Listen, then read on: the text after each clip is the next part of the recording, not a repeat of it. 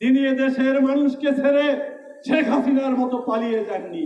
আপনারা নিশ্চয়ই আপনাদের সেই ত্যাগের মূল্যায়ন আপনারা পাবেন। জিয়া পরিবার বাংলাদেশের দুঃসময়ে হাল ধরেছে। আমরা যারা রাজনীতি করি, আমরা যারা বিএনপির আদর্শে বিশ্বাস করি, আমাদেরকে ধরে নিতে হবে আমাদের শহীদ প্রেসিডেন্ট জিয়াউর রহমানকে ধারণ করতে হবে।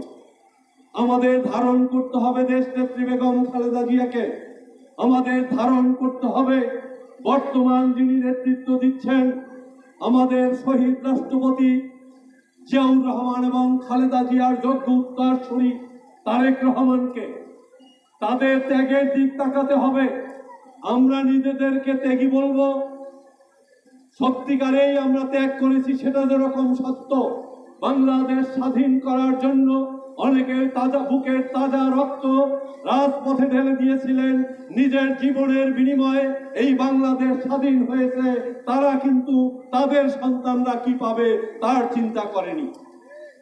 ঠিক একইভাবে গত 17 বছর ইলিয়াস আলী থেকে আমাদের শত শত নেতা কর্মীরা গুম হয়েছে। তাদের সন্তানরা আজকে এতিম হয়ে আছে, তাদের স্ত্রীরা বিধবা হয়ে বসে আছে। সেই সন্তানরা কিন্তু কোনোভাবে মূল্যায়ন চায় না। তারা চায় একটি সুন্দর বাংলাদেশ, তারা চায় গণতান্ত্রিক বাংলাদেশ। আমাদের বুঝতে হবে জিয়া পরিবার বাংলাদেশের দুঃসময়ে হাল ধরেছে।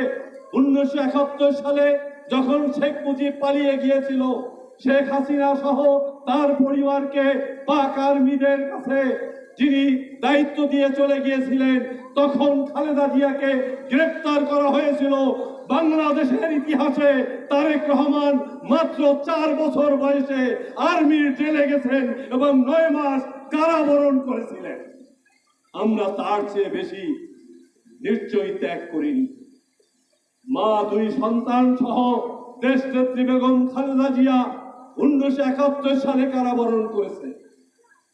আমরা দেখেছি 1975 সালে দেশ যখন আবার লুটেরাদের আস্তানায় পরিণত হয়েছিল, শেখ মুজিবকে হত্যার মধ্য দিয়ে এদেশের মানুষ এবং তখনকার সিপাহী ক্ষমতায় নিয়ে এসেছিলেন আমাদের শহীদ রাষ্ট্রপতি জিয়াউর রহমানকে। অত্যন্ত গুরুত্বপূর্ণ কথা বলেছেন মাহবুবুল হক নান্নু।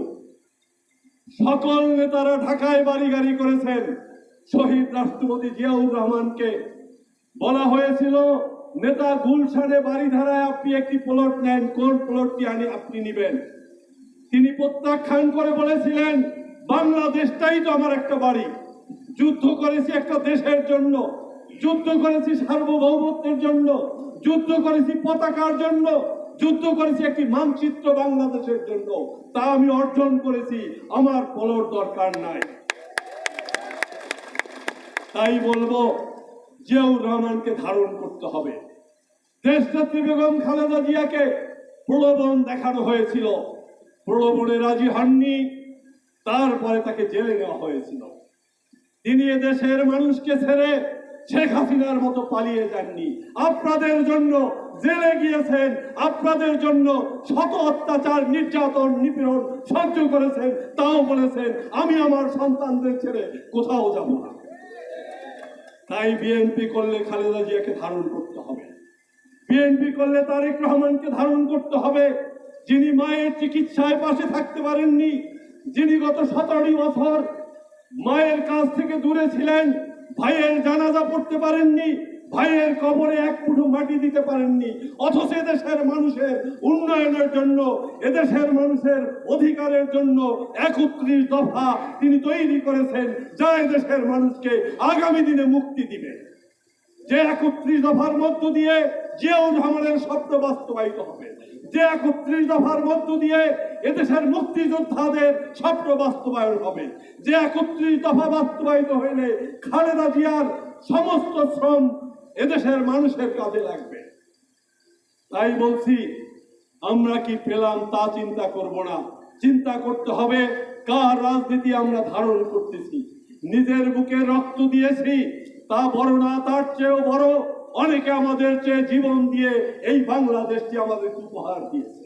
আমরা জানি গত 17 বছর আপনারা প্রত্যেকেই বাড়িতে ঘুমাতে পারেননি, আপনারা নিশ্চয়ই আপনাদের সেই ত্যাগের মূল্যায়ন আপনারা পাবেন।